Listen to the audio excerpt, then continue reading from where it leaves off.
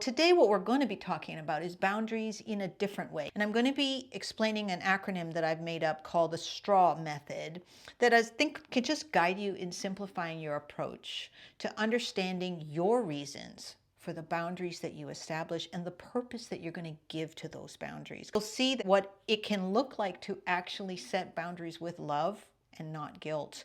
And I hope that it will be something that will help you build consistency in holding boundaries for yourself so that you can truly find better balance in your life and in your relationship. So applying the straw method, I'm not one to tout any special methods that you should follow because I really believe so strongly in the need for us to listen to spirit and, that obviously that's going to be our best guidance. But I did come up with this acronym because I feel like it illustrates what I realized was a part of working on boundaries. And so I just thought it could be a nice guideline for you to kind of keep on track as you go. So step one is S, and that's where you stop and you settle in. The idea here is that it's your gentle reminder that just boundaries are going to be a lifetime process. So you're just stopping yourself from falling into old habits where you're always just saying yes, or you're overcompensating, or ignoring your needs or your family or something, all for the sake of, I don't have any boundaries in my life. You're going to stop yourself from doing so again and again and again because now you're starting to become awake to it. And then you're just settling into the process of actually defining boundaries and redefining them as you go, because that is the lifetime process. As you experience things, you go, oh, I need a boundary here, right? That's where you have to settle into this thing, as it's not a one and done. But it's also beautiful in the sense that you will not constantly have to be working on boundaries. You will exude a whole new vibration and a whole new energy when you start this process and you understand that you're leading from this place of love and what you want to honor, and you're trying to maintain a sense of balance there. You will not feel like boundaries are constantly your problem, okay? So, we really are the best ally for ourselves in this. We cannot go on autopilot. This stopping and settling in is something you have to say, I'm going to stay engaged in the process of life, because otherwise we let things deteriorate and then we can kind of go back to our old habits, and then we're thinking, boundaries just don't work for me. Or we haven't realized that boundaries are not for other people. Boundaries are really for us. And if you're thinking boundaries are, you need to stop doing that, and I will not tolerate this. This is a boundary for me. I mean, you can say that if somebody's imposing on you, obviously. But a lot of times we think boundaries are for other people. They're really for ourselves. So some tips that I have for you, when it comes to the stop part, just give yourself space. The idea that, you can notice what's really happening inside when you're starting to feel overwhelmed or you're starting to feel exhausted from constantly giving, to be able to go, somebody's asking another thing. There's more demands on me. And a good response at that time is to just say, let me get back to you on that. You can use this with anybody. We can use this with our spouse. We can use this with our kids. We can use this with our coworkers. It really and truly is okay. Let me get back to you on that. Even if all you do is remove yourself to the bedroom or to the restroom at work, and you just say, okay, where am I with this? Okay. So you want to reassess always, okay, I don't want these old habits of like immediately thinking, oh, I'm needed, or, oh, I guess I should, or I have to, right? And there's so many good resources for giving other responses that will help us to just take that pause. So definitely, as you're researching and understanding more about how you put boundaries in place, just know, yeah, you're going to have to find those phrases that work for you, that make you feel that you can get them out of your mouth and actually convey them to the other person. And a tip for settling in, I think it's important that we just give ourselves a break, because we might fall into our old patterns, especially in the beginning when there's always demands and somebody's like, well, ask Heidi because, she's filled this role and that role. So, she'll probably say yes to it, right? Everybody has needs. Every organization has needs and all of that, but now how to get yourself back on track. You're in a new place where you're like, okay, hold on a minute, and as you work through the straw method, that'll give you more guidelines as well. But I just think that if you can keep yourself engaged in your own self-awareness and your own emotional intelligence about what motivates you, what triggers you, what always puts you back on that old pattern, which is all about validating yourself and, seeking self-worth and sort of those things, then you're just going to be able to say, okay, well, hold on. Boundaries are giving me a sense of balance, and actually so much of that is boundaries on me. And so you're not going to feel so bad about it. I don't think, you won't have to feel so guilty because you're saying I'm holding boundaries on myself. I'm not telling anybody else what to do. I'm just saying here's where I stand on something. So I think, it will always become easier. Just know that you do have to stop. You have to settle in because this is going to be a lifelong process. And step 2, I think, then helps you to define and redefine the boundaries that you're going to be needing to do through your life. So step 2 is T, and that's tuning in and trusting. So when you tune in, you're tuning in with yourself and with spirit. So tuning in with yourself, to me, that's about like identifying, okay, well, what are my responsibilities and what aren't? And again, like I said, for me, I was following in my dad's footsteps, being on different organization committees and so forth. And it was a lot of times for my kids, and what they were involved in. But when I said, okay, well, what's really my responsibility? I really took to heart this idea that my first responsibility, the first thing that I've been given is this responsibility as a mother. And so that was me. You will have to identify that for yourself. But I think when you ask yourself, what are my responsibilities and what aren't, you have to simplify it. So whatever it simplifies to you, that's what it simplified to me. It was just like, I mean, at the most basic level, my first job is to be balanced and centered here so that I can do this work of being a parent and raising these children and making this home strong, stable, calm, and so forth. That's what my first responsibility is. And so if you're remembering the balance that you're trying to honor, it doesn't mean you can't be doing things outwardly as well, but you just want to know what kind of boundaries are going to empower me and empower the situation. So being able to say things like, this is what I will give, but this is my limit. That's the kind of thing that empowers both sides. It allows for giving without an endless giving and then feeling like, oh, I'm getting all stressed out over it. We make sure that the other person or the other organization or whatever also respects what our boundaries are. And so just realizing that you remind yourself, I can let others handle their side. I do not need to go over and rescue anyone else or overgive, overfunction.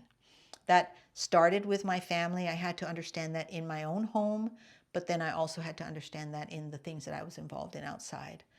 And the idea of tuning in with spirit, that's where I'm feeling like it really brings in this trust aspect, because I feel like when you're saying, okay, spirit, please help me to trust that I'm not wrong to hold these boundaries. That's where you are grounding yourself in that and not worrying about whether somebody else gives you pushback or they think you're mean. The guilt is so much in our heads. Really, it really is. At least that's my experience. So just trusting that the boundaries are actually the most loving thing that I can do. That's a good place to start, again, because it then doesn't make me feel mean. And it's also saying, Spirit, help me to trust you.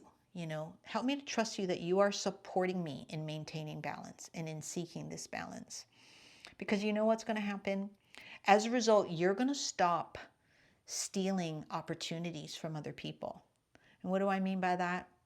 Well, a lot of times when we quickly jump in because we're capable, the other person cannot develop anything. Or we quickly jump in and cover the bases at work, then there's no need for any improvement in the structure of how things are done, right? So not that, you're supposed to just sit back and wait, but at the same time, it's so true that when we're holding boundaries and just seeking for balance, we're making space for other things to fill that space that we constantly filled. And, You also can do that with yourself, where you were always staying busy. You might not realize you maybe were stopping or avoiding your own healing, your own awareness of, oh, I am overextending myself. What am I really chasing? And then really understanding yourself and being able to trust that God is always ready to help us let go of those things, always ready to uh, neutralize all of that trying so hard. And that vibration really is like a chasing. So, in that sense, even for ourselves, we are going to recognize new opportunities and be more empowered in what we do give and what we do actually do, because we've actually stopped overcompensating and we actually have pulled ourselves back. So, either way, when we're tuning in and we're trusting like that, it is really that internal and personal step, but it is so vital, so that then we can move ourselves to the next step, which is step 3, and that's the letter R. R is about recognizing and responding. And in that sense, you're going to give some vocabulary to your self-awareness. When you recognize default patterns that you fall into, where your self-talk or something nags you all the time or shames you into giving up your boundary or whatever you're going through, it's a matter of recognizing, in all of the effort you're making in holding your boundaries for the right reasons, for honoring your values and so forth, you're recognizing when something still makes you go, yeah, well, they're not going to like you if you don't do it, or, whatever that talk is, right, in the back of your head. It's always recognizing the ways that you react from places of insecurity or feeling unequal or unequal with someone, because all of those are based in self-doubt. That's not true about ourselves.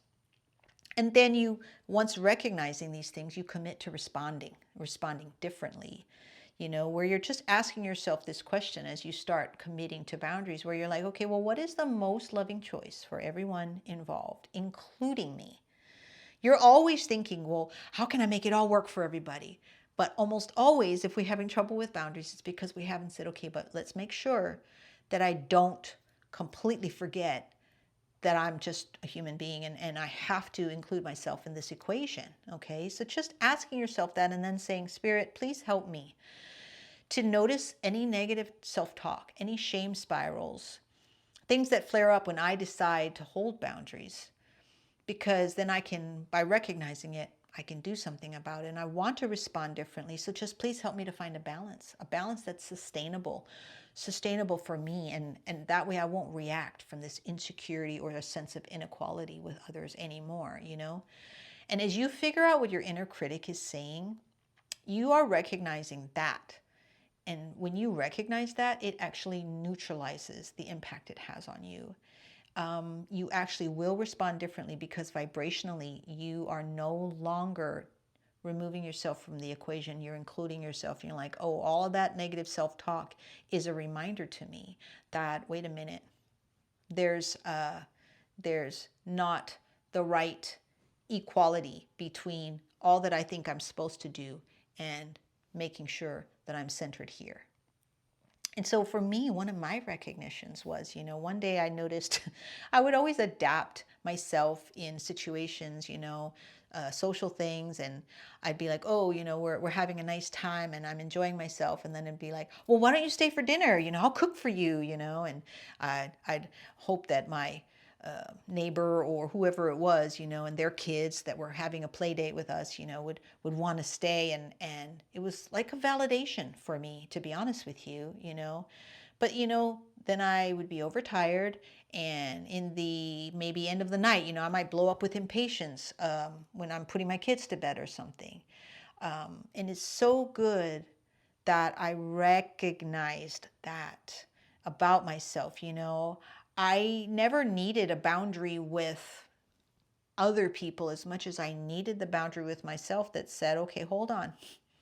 Here you are. And I literally had an aha one day where I said, oh, Heidi, you're prostituting yourself. And I don't know why that word came up, but it was like, you are saying, hey, I'll get some of your attention, but let me get this, let me give you this, and then you'll give me something back. And I just thought, it's really, really good to realize that now, because when I was awake to it, it really made me stop and not only really offer something like that when it was truly a good fit. I really stopped and said, okay, is this right? Does this work for where we're at as a family and this evening? Is this a good idea or not? And I didn't feel bad when somebody said, oh, no, thank you, and in the past I did. And I was such a mess. I really was. So, you know, as you recognize and you respond differently, it can maybe look like that. But the fact that you're recognizing and choosing to respond for the sake of balance and for the sake of no longer being motivated by the negative self-talk, or in my case, the chasing the validation, that's a great place to be. And so then we're going to go on to step 4. And step 4 is A, where you accept and you act. And, in this sense, when you are preparing to take action, you're expressing your boundary. And I say expressing, but really and truly, it's starting by holding it for yourself. That's way more important than telling somebody else about your boundary personally. You express your boundary for yourself with courage, with compassion. You're just trusting that knowing what you really need for balance, you have to honor that. It is a gift that not only gives back to you finally, but it also gives to others. This gift is the gift of self-honesty and vibrational openness. But what are you accepting? Okay, so you're accepting really that boundaries are not selfish. And maybe that's not an issue to you, but I know that was an issue to me. Boundaries felt selfish. And especially being a person who wanted to serve God and who felt for a long time like, well, maybe I'm meant to. If this person's in my path, then maybe you're expecting something out of me, not realizing that, I did need to foster my own vibrational balance and be more concerned there. So, when you accept that boundaries aren't selfish anymore, you are no longer becoming tired and martyring yourself just because you keep giving and yet you're resenting it. Also, accepting that you are the original source of the pressure that you've been putting on yourself, that might not sit right with you. I can only say that for myself, without boundaries, I was putting a lot of pressure on myself. So totally unconscious, subconscious. So, go back to some of the previous steps. Go back to the T step where you really ground yourself back into trust that God is never asking you to ignore your balance just for the sake of, not hurting someone's feelings or offending someone by saying no. And then, acting. When you take action from a place of balanced groundedness, and you've done this previous steps, you are actually feeling grounded, you're feeling centered in the principles and values, the reasons for your boundaries, then you're taking action by paving the way. So when you act, you're now going to be paving the way with communication. Communication where you're like, I'm realizing that I need to be more clear about what I will and won't do. You have to communicate with yourself on that first. Okay, what will I do? What won't I do? Whether it's for your kids, for an organization, with your spouse, whatever it is, where you're just trying to say, let me be honest with myself about what I need to be more clear about, and then you'll be able to take that action and communicate it, or you can say, well, I don't like who I've been too volatile because of martyring myself, and then I'm resenting you. So in that sense, that's another way that you can take action. You're always taking action with proactive communication. As you have your ahas, you're saying, I'm understanding myself better, and you might be apologizing. I did a lot of apologizing to my family, to my children, and so forth, but I'm just able to now say I'm going to establish boundaries with myself. I understand what this is all about. I'm understanding my motivations and where I've gone a little bit too far off the end. And then, just maybe being able to say, look, so don't take that the wrong way. Like if I withhold my help, it's not because I'm mad at you. It's not because I don't love you. It can be things like that where you're making sure that as you are understanding yourself, you're saying, so I'm going to take action in different ways, but it doesn't mean bad things, right? It's meaning that I'm holding boundaries because I want to protect the energy within this relationship by remaining balanced within myself in what I can bring to the relationship. And so that brings you then to your final step. Step 5 is W, which is to walk and watch. And in that sense, this is about just walking out your boundary, because you're going to do this day by day. You're doing it with grace, with consistency, and the walk that you want to achieve is one that actually maintains harmony, right? Prevents blow-ups. And that means you're walking in a careful, alert way that says, I got to pay attention to me, not what triggers me. I got to pay attention to me and return myself. What are the values I'm upholding, and keep playing with, okay, well, what is sustainable in terms of the boundaries that I'm trying to hold, And you're watching for the imbalances as you go, because the imbalances will show up as, you maybe did too much effort, somebody needed something and you kind of got right back into your old habit, or you don't feel like you get enough respect or effort from others. Those are imbalances, and you're watching for that, because like the whole point is finding that harmonious but dynamic balance. It's not you give this much, I give much, and it's just equal all the time. It's just not. We know this about any of our situations in life, So it's just course correcting by being proactive and putting more balance in place as you can, going back to the inner work and praying and asking for Spirit's help, help me with communication, help me with wise boundaries. Always knowing why you're doing it. You're doing it so that you can have the most open, vibrational, as well as relational experience as honestly as you can, right? Because otherwise, you have that resentment or whatever within yourself, and that's just not as honest as you want to be. And there is no right or wrong way to do boundaries. The main thing is that we just see boundaries as something that we're holding on ourselves. It's not telling other people what boundaries they need so that you will feel better. You will actually just let them know, here's what I will do and what I will no longer do. And always for the sake of, because I am seeking balance and I trust, especially when it comes to people that there should be a reciprocal kind of effort. Like I said, it's not always equal, static equal, but in the sense of like in your most committed relationships, in your family unit and so forth, when you're saying, here's what I won't do anymore, obviously you can't never do it. You might pitch in sometimes, but it's basically saying this is what I'm focused on, and I'm not going to cover your base as well. And finding a way to actually trust that I trust you have the capability. Obviously, figuring out ways, I did this a lot in my own family, figuring out ways to actually make that as smooth as possible so that person felt supported and that person knew that, okay, this is going to become more something they have to take on and take the responsibility. We can play a part in that. I feel that we do lead in that sense in a lot of the things we do, and a lot of the communication and boundaries that we're trying to set is going to be something you can lead. And, it's not selfish that you have to feel guilty about, or it's just knowing that you're going to be able to show up in a more centered way. And that's the goal you're having. You're wanting to come from a place of Spirit's love and energy just flowing more through you, because you don't have the resentments and the martyrdom. You're clearing that.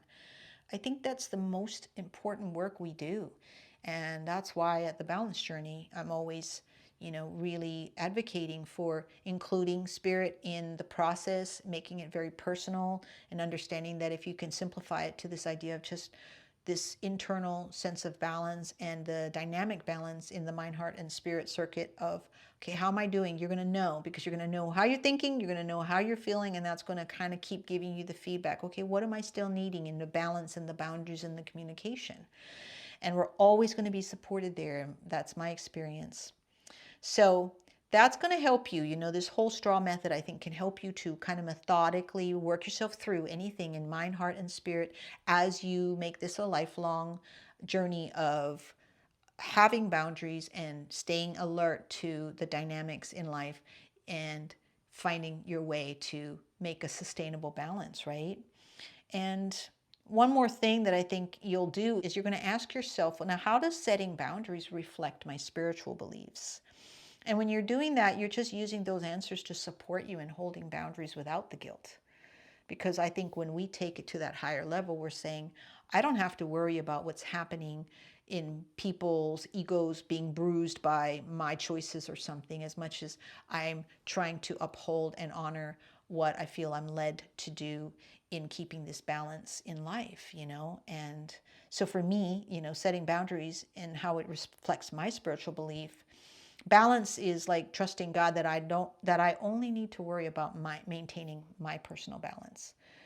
So that's something that I've come to trust. And while I advocate for that, I really do believe that that's what God is seeking in the communion we get to have. That is where I try to say that's the most important balance. And obviously it's personal because, we're figuring it out. Mutual respect for others' ability to contribute to this world, that is something that is a higher belief that I feel is important. God didn't make me special. That's how I see it. I'm not supposed to, somehow overshadow someone else's importance and their ability. And so, like, in my own family unit, that was going to be making sure to empower the others in my family to know that they are equal contributors in their own ways. And like I say, never completely, I do this much, you do the exact same amount. But that's an important thing. And to me, the last thing in terms of the values that I'm trying to uphold in holding boundaries is just this importance of emotional and vibrational honesty, where you cannot let a clouded vibration contribute to imbalance and ignore that. You can't ignore it because it's too uncomfortable, and that's what pushes us in life to come to new solutions. So I hope that the straw method is a part of maybe your solution in learning to say, I can feel more settled about holding boundaries with love and without the guilt, and using your understanding of your personal spiritual beliefs as the guidance in how that is supported by God. And therefore, you don't feel guilty anymore.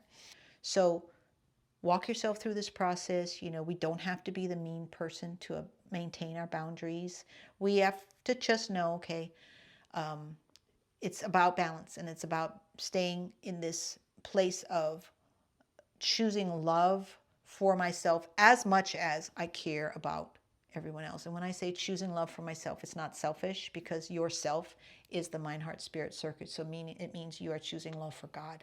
That's how I finally came to peace with boundaries. And so every time you practice this, I hope that you will validate yourself. Validate yourself that you are the person that can honor the beautiful life God has given you. And boundaries are helping you to do that.